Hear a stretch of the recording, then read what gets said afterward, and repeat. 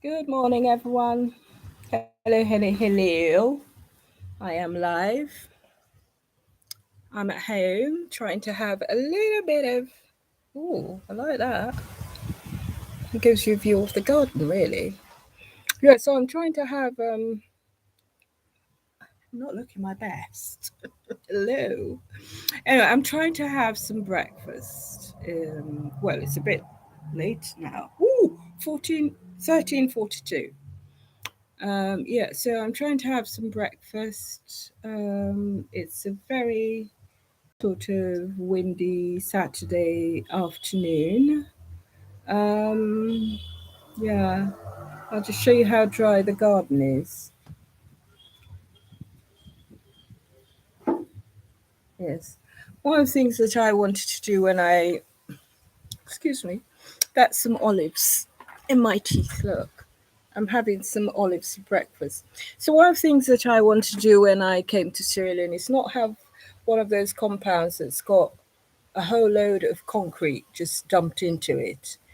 I wanted to have a proper garden with flowers and trees and plants and things growing and stuff that people could eat and all of that. So here we are.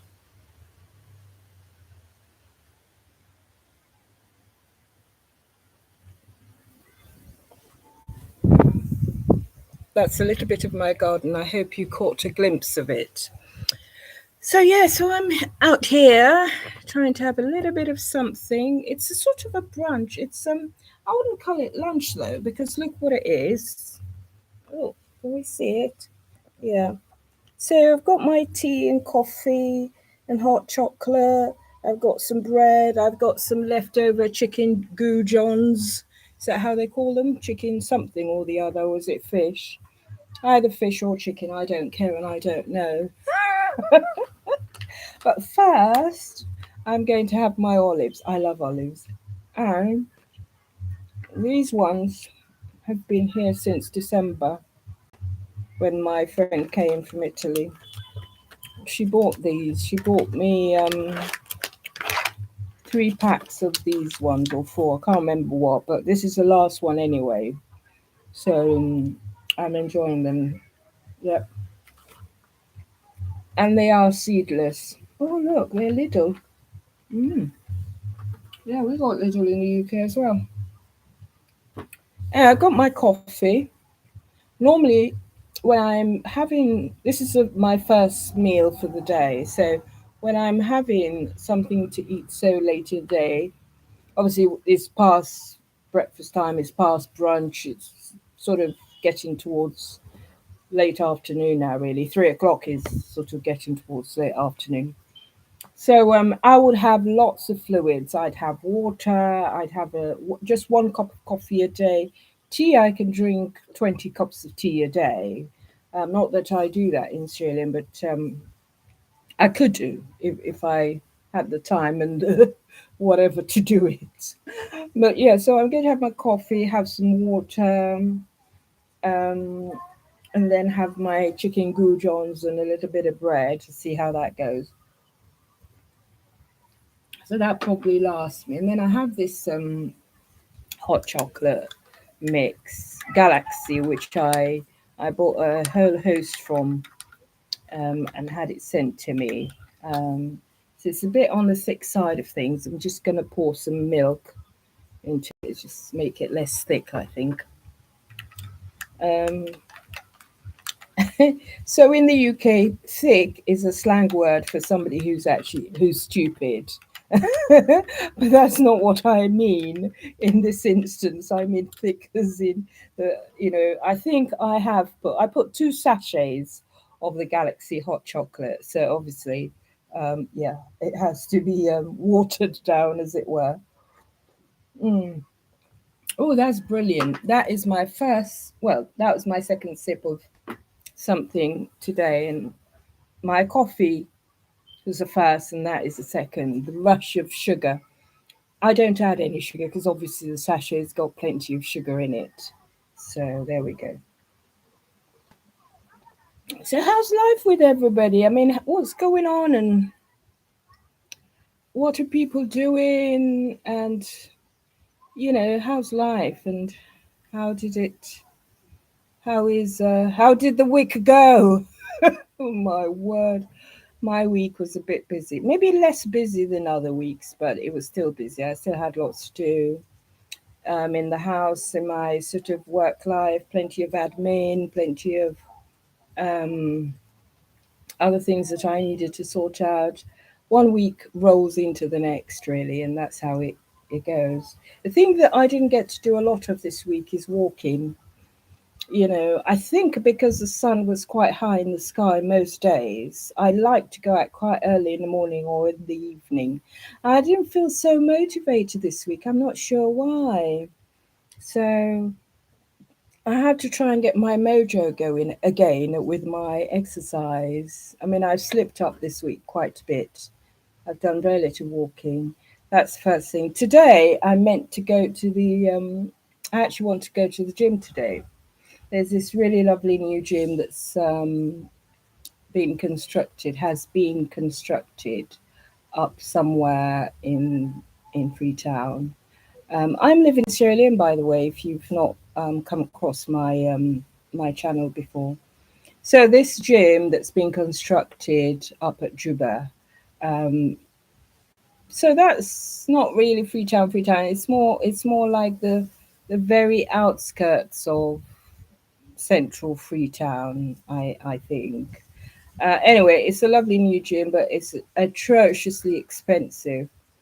And I tried it. It was my birthday one day last week, and I tried it, and it was really great.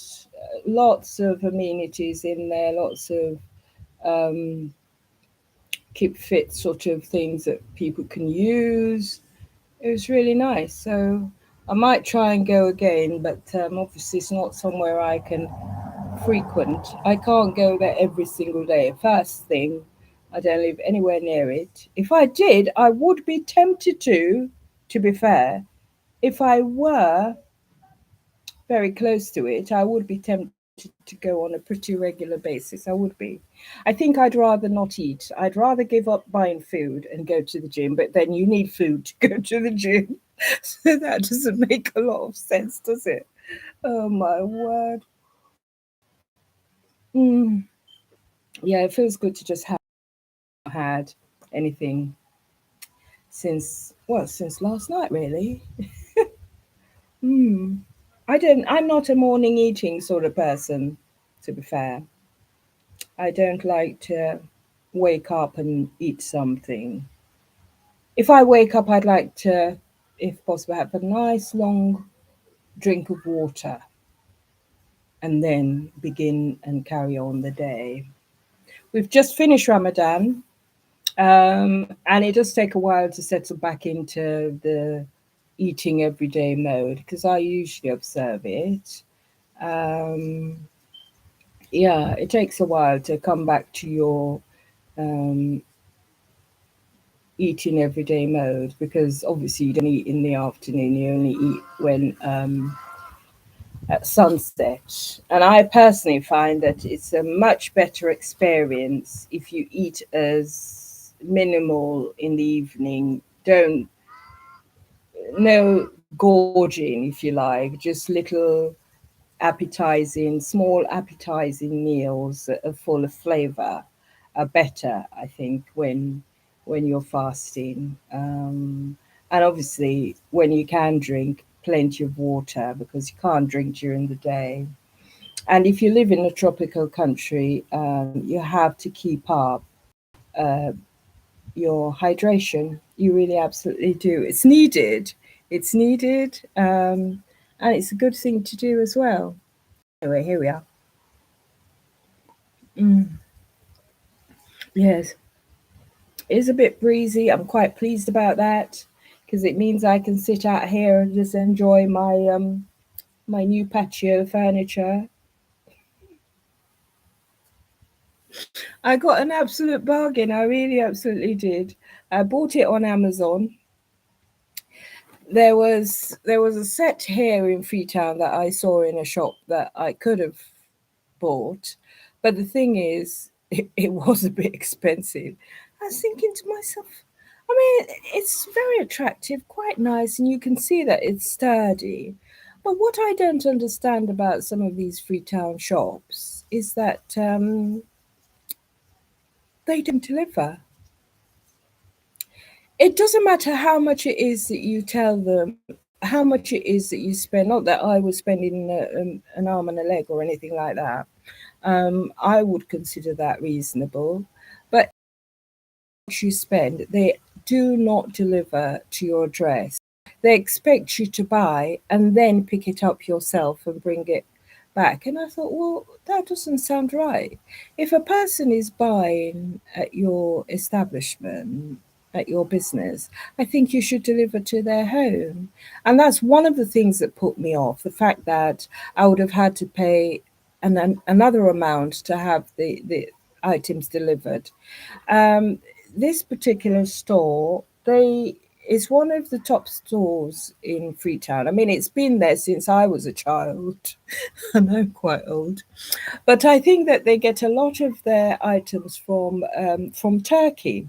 That's what I think. So it wasn't rubbishy Chinesey stuff. And I'm not being disrespectful in any way, shape, or form, but we all know that some of the goods that come into African countries are very poorly made Chinese products because they're not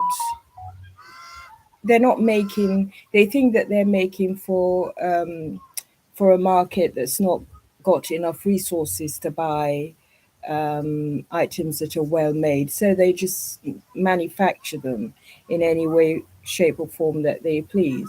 I mean, this is really a nudge for us African countries to get on and do our own manufacturing, and use our own local products and local resources to make things rather than depending on other people and buying stuff from abroad. But I digress. So this particular place, they don't. Eh? Sorry. So this particular place, they don't. They don't actually deliver. They don't deliver to your house. They just come, you just buy, and then you have to pick the stuff up and bring it. And I thought, no, that doesn't sound right to me. I'm sorry, but if and I had this has happened to me a couple of years ago when I bought some stuff at a particular place, and they just wouldn't deliver. And I got into a right tiff with the owner of the store, who thought that I was taking liberties in actually asking for the furniture that I'd bought at considerable price, in my opinion. She thought that I was being cheeky and asking for it to be delivered.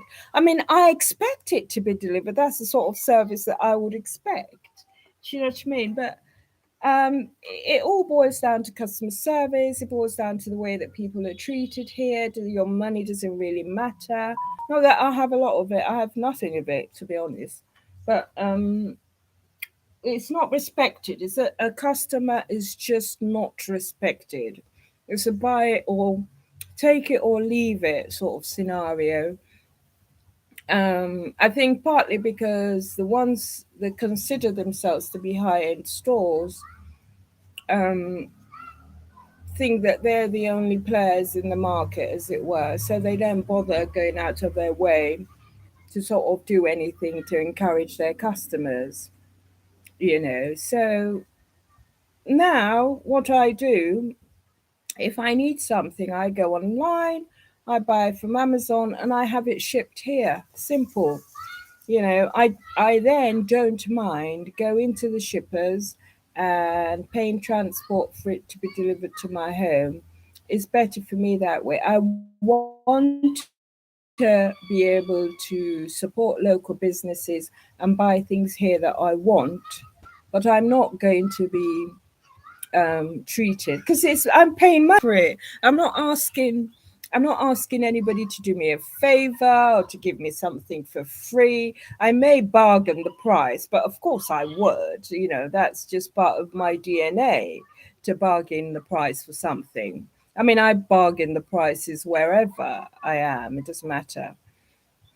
But the thing is, once I'm agreed on a price, I pay what I've said and what I'm agreed on, and I expect it to be delivered. If they can't deliver it, I go on. And funny enough, when you go online and you buy things from stores and other places and have it delivered to your shippers, you get it for a fraction of the price. That is what is annoying, and I understand the businesses have to pay huge shipping costs themselves. They have to pay their workers. They have to pay for premises. They have to pay for fuel. They have to pay for energy. All of those things and transport. I understand all of those things, but to be in business, you've got to do something, especially in this country where being in business is not so respected. And they've just levied another 3% tax on people who are in business, which they have to fork out of their turnover to pay to the government. It's a kick in the teeth for businesses.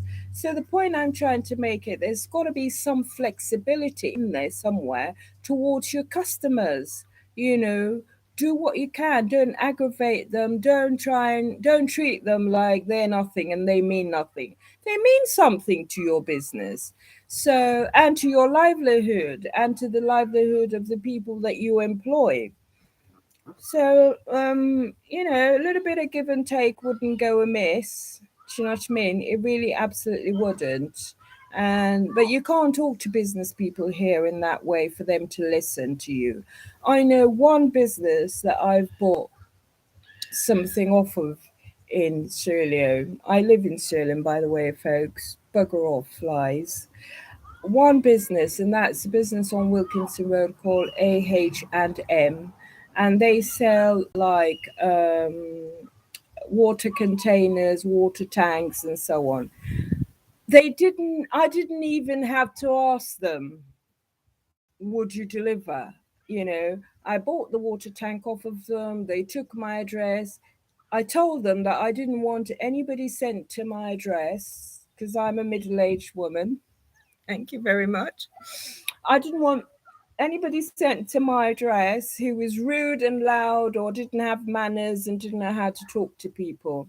And they sent along a gentleman, really nice. He was smiling right throughout the whole exercise. He put down the container. He talked to me about this and that. I can't remember what. But, pleasant gentleman, pleasant interlude between him and myself. And that is what I would like to see happen in other cases. I mean, the furniture store that I was telling you I went to in a couple of years ago where I bought a few things. The man who was a shop assistant who'd been working there, I understand, for about 15 years, he was absolutely rude. He kept treating me like I was a criminal. He really absolutely did. I bought a few things, bought mirrors, bought this, bought that, and all the rest of it. And he kept going back like I was forgetting to pay for this, or kept insinuating. I felt at the time. So it was really bad. I don't know. I will never ever ever go back to that store again. Never ever ever. The audacity of it, the indignity. I will never go back there. So that's it, really. I think businesses have to do better. I understand that they are under. I really do understand that they are under a lot of constraints, and that things could be made better for businesses.